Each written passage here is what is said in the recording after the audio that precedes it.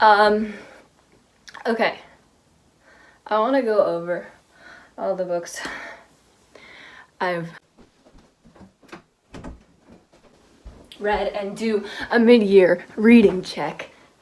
I've only read 8, but I feel like it's more important to like read and take something from it and take your time rather than just read for the sake of like reading it and reading a lot of books in a year.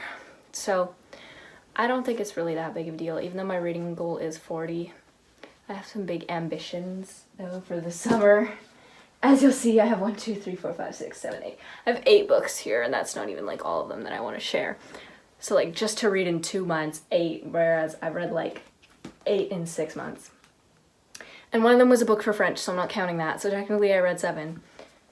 Well, I am counting it, I'm just not sharing it. I don't know why I'm out of breath. The year started off very poorly with the inheritance games, and I so badly wanted to love this book. Like, actually, I went into reading this under the impression that this would be my favorite book of the year. Like, I'm not even kidding. Like, I was like, okay, this appeals to me so much. There's like a fun... Sorry, the book actually smells really good. That's the one thing I do like about this book. There's like a fun love triangle. There's puzzles. It's like YA. It's kind of like fun puzzle-y thing. I don't know. It's like fiction. I like fiction. So I thought I would love it. And it was the opposite of that. It's one of my least favorite books I've like read in the YA category ever. But I did want to make a separate whole thing about this, so I'm not going to say much except that the plot was so lackluster, like compared to how it was hyped up. The puzzles are not what you'd expect. They're not really puzzles at all. It's just like the main character Avery like running around. So don't expect much adventure, don't expect much mystery, just expect kind of boring, predictable plot. And also just like, I thought I was gonna have to like choose really hard between the two boys in love triangle, but like one of them was like really boring. So, and people were comparing him to Aaron Warner, and I was like, this is not Aaron Warner, this is just, let me insert the emoji. I believe I gave this 2 stars, which is very high. I said in my review, I gave it 1 star for the way it ended and 1 star for Xander, because Xander was like the only character I liked.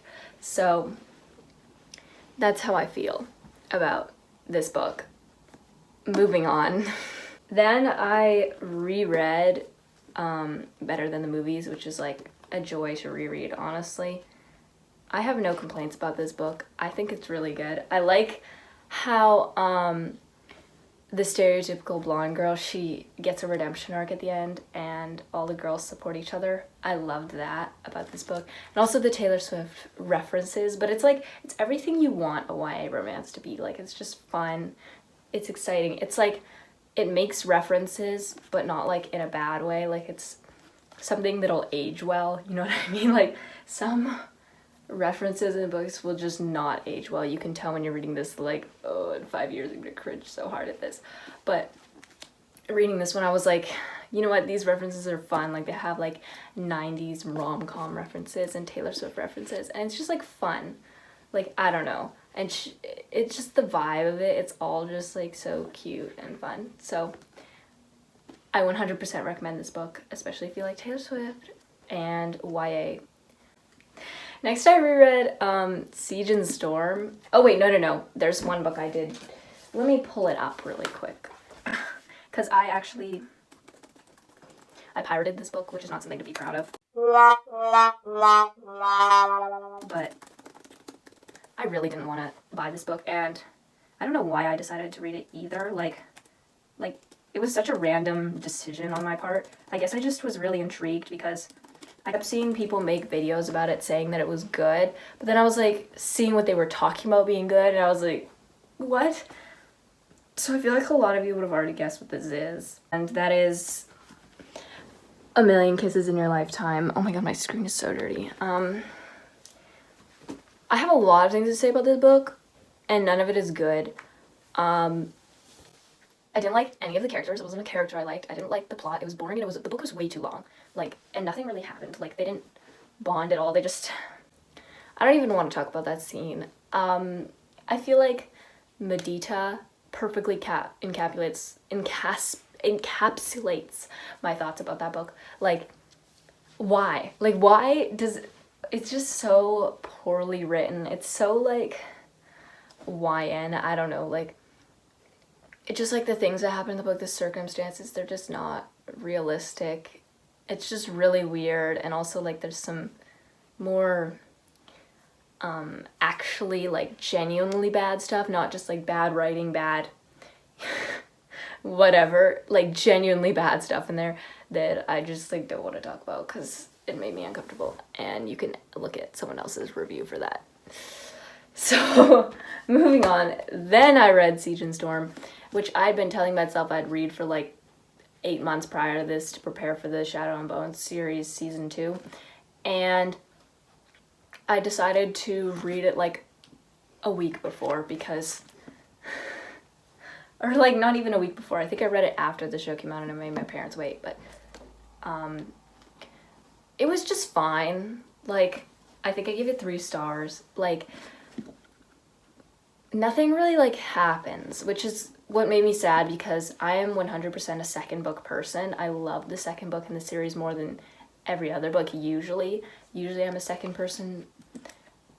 book person, because that's where you don't have to get into the world building. It just puts you straight in, and it always leaves you on a cliffhanger, and it's really fun. But this one was just, like, just dragged on, and, like, nothing really happened. I was like, did this book need to exist, really? Like, could you not just, like, mesh it with Ruin Rising, is my opinion. Like, you can even look in here. Look at how few notes I wrote. Like, usually I write so much, and I wrote, like, literally nothing. So if that tells you anything. And then I reread my favorite book ever, The Secret History, and if you haven't read it, read it, please. It's the best book ever. I've been seeing a lot of reviews of people who don't understand it recently. Make sure you understand it when you read it, but please read it. It's so good. It's the best book ever. I love it. Just such an amazing book. Like, I don't know. Everything about it is perfect, and I know some people do say it kind of gets boring, but, like, it's boring in a good way to me. Like, I love it. So that's all I have to say about that. Another great reread. Oh, my hair's bothering me. It's, like, drying right now, but whatever. Then I read Emma, which was, this might be one of my favorite books ever now. I thoroughly enjoyed Emma, and I'm actually, spoiler, I'm reading Pride and Prejudice right now, and honestly, so far, I like Emma better. I think Emma is, like, such a funny protagonist, and I don't know if this is just Jane Austen being hilarious, but, like, she's so funny. She feels like someone you would still meet now, just living in a different era, which I guess is how all people work, but, like, I want to find a quote that, like, just, it makes sense. Like, can you not tell me this is, like, such a funny, like, relatable thing for a character to say? And she went to bed at last with nothing settled but the conviction of her having blundered most dreadfully. Like, that is so funny. I don't know. She's, like, so funny and dramatic, too. Like, she'll just react to things and she'll be like, oh, that made me want to die. And it's, like, so funny. Whereas Pride and Prejudice right now, I feel like having the 5 sisters is, like, too scattered across, and I'm just preferring just having the one perspective of Emma right now, at least. But we'll see how I feel about Pride and Prejudice, like, later. The last book I read, boy, do I have a lot to say about this one. It was From Blood and Ash, and this was the result of a book swap with my friend where I gave her the book Instant Karma by Marissa Meyer because she likes other books by her, but she hadn't read any of her, like, that genre, which I have it here, Speak of the Devil. And then she gave me this because she knew I would hate it, and she wanted to see my annotations and how I'd react. So all of these tabs are hers.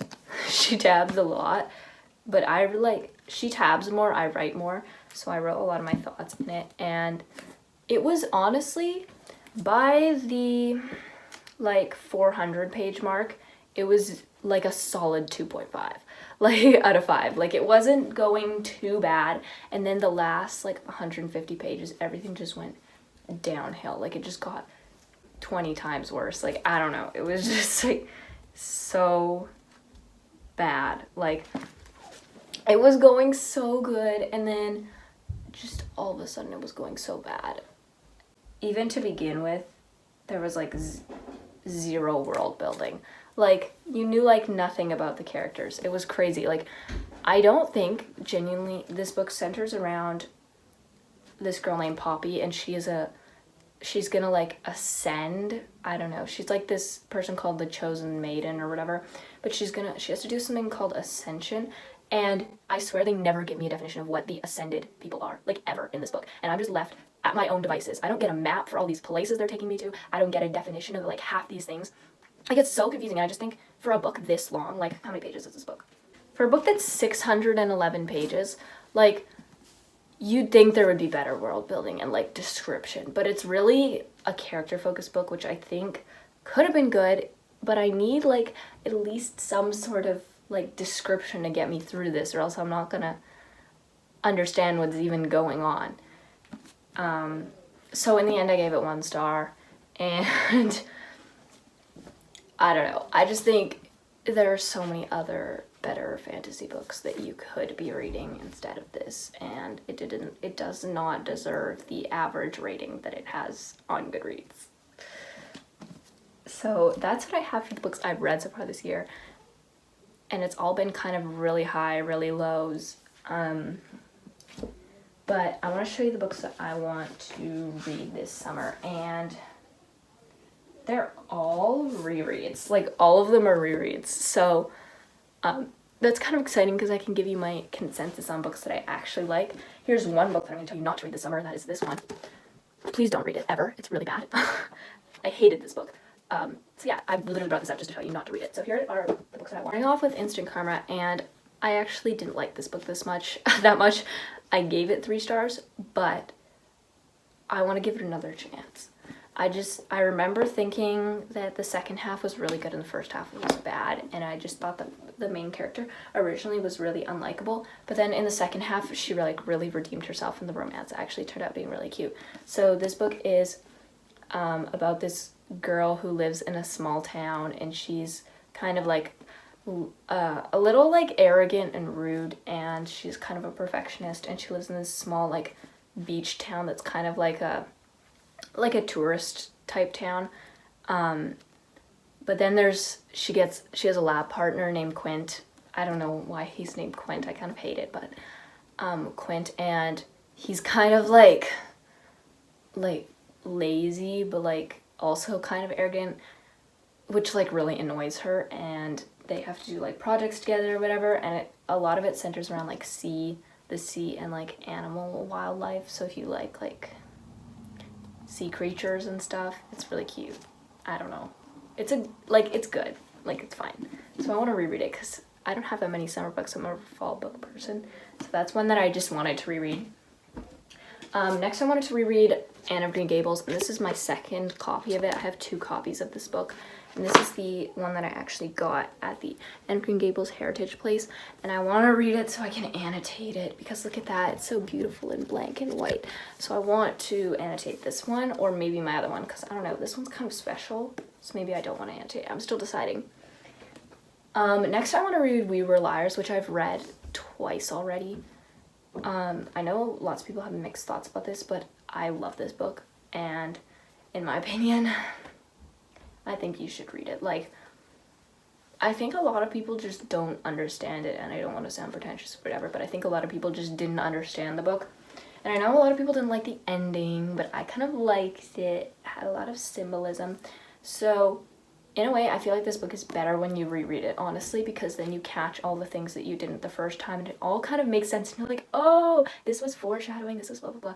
So I'm gonna reread it again. Maybe it'll become a tradition for me to read this every summer, and maybe I'll annotate it this year, because I actually didn't. So that'd be kind of fun. Well, I did, but like I barely did, you know what I mean?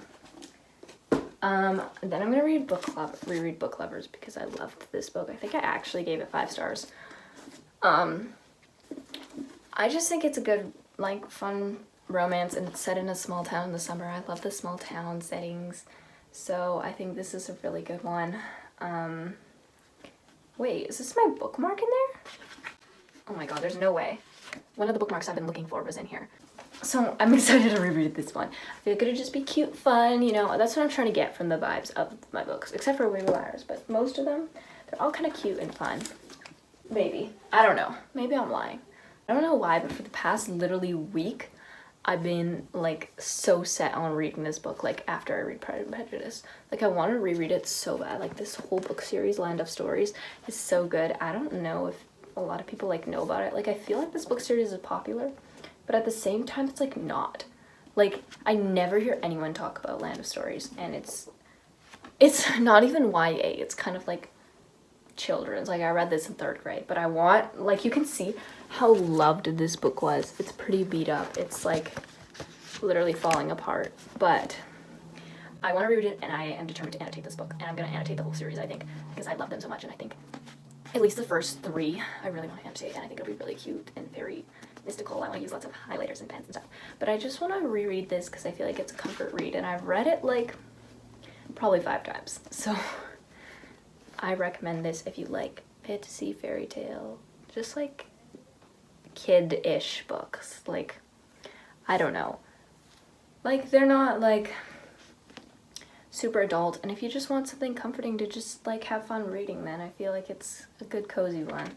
Finally, I decided this on a whim to put this on my TBR to reread, but that is Realmbreaker, and I read this, like, the week it came out, like, so, like, and I haven't read it since. It just says 2021, so it has been, like, 2 years since I've read it. Oh my god, it's reflecting on my wall.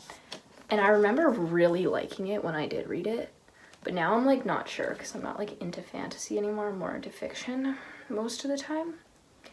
And also, I just remember, like, it was just really long. But I do remember liking it, so I'm gonna give it a try and see if I like it again, and then tell you my thoughts, because I did love Red Queen, and then I reread it, and I was, like, iffy about it. So we'll see how I feel, because I do know the sequel's out now, and now I kind of want to read the sequel, because they're pretty. I like the covers. Like, this is, like, the essence of what a fantasy book cover should be, in my opinion.